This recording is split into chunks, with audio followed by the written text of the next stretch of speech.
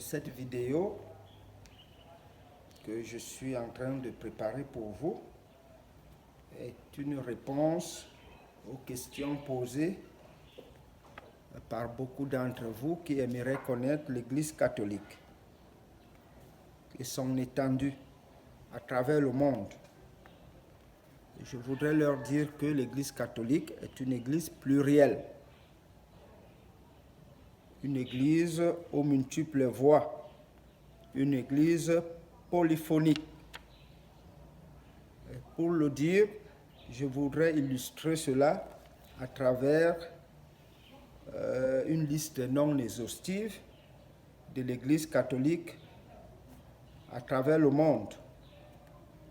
Et nous avons par exemple l'Église catholique arménienne, l'Église catholique chaldéenne, l'Église catholique copte, l'Église catholique maronite, l'Église catholique syriaque, l'Église catholique melkite, l'Église grecque catholique ukrainienne, l'Église catholique syro-malabar, l'Église catholique syro-malankar, l'Église grecque catholique roumaine, l'Église catholique hongroise, l'Église catholique croate, l'Église catholique serbo-monténégrine, l'Église catholique italo-albanaise, l'Église grecque catholique ruthène, l'Église catholique byzantine et bien entendu l'Église catholique romaine, bien connue chez nous. Mais attention, il y a encore près de 24 églises catholiques qu'on appelle sui juris, c'est-à-dire des droits particuliers. C'est tout cela qui fait donc la grande église et bien d'autres églises que je n'ai pas pu nommer puisque j'ai dit que la liste est non exhaustive. Et vous avez, à cela on ajoute l'église orientale qui porte l'orthodoxie. Donc vous avez l'église orthodoxe d'Alexandrie, l'église orthodoxe d'Antioche, l'église orthodoxe de Jérusalem, l'église orthodoxe russe, l'église orthodoxe serbe, l'église orthodoxe bulgare, l'église orthodoxe grégorienne, l'église orthodoxe chypriote, l'église orthodoxe grecque, qui est aussi bien connue chez nous, l'église orthodoxe polonaise, l'église orthodoxe albanaise et bien d'autres. Et au sein de ces églises, nous avons également des congrégations religieuses.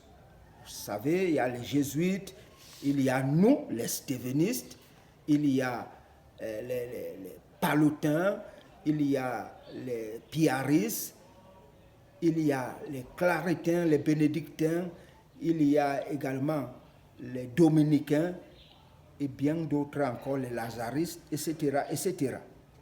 Alors, il faut tout simplement comprendre que la géospiritualité qui est imposée aujourd'hui nous donne la latitude d'être dans une des familles que je viens de citer.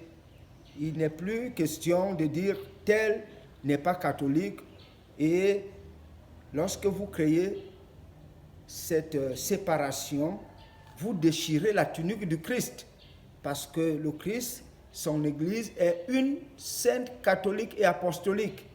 Et cette Église fait partie des colonnes que les apôtres ont laissées, les 12 apôtres qui ont laissé derrière eux des successeurs.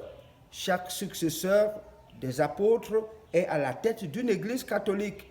Alors, il y a ceux qui sont du tronc né de Pierre, d'autres de Jean, d'autres de Barthélemy, de Philippe, etc., etc. Bref, les 12 apôtres ont laissé des successeurs. Je vous donne un cas. Par exemple, l'Église de France n'est pas romaine parce que Saint Jean, dans l'île de Patmos, a laissé Saint Polycarpe comme successeur. Saint Polycarpe a fait Saint Irénée, a fait Saint Pothin. Saint Pothin a fait Saint Irénée de Lyon.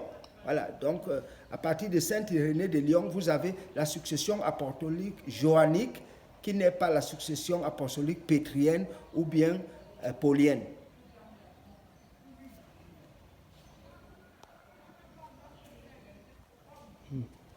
On va suivre d'abord. On va suivre pour voir.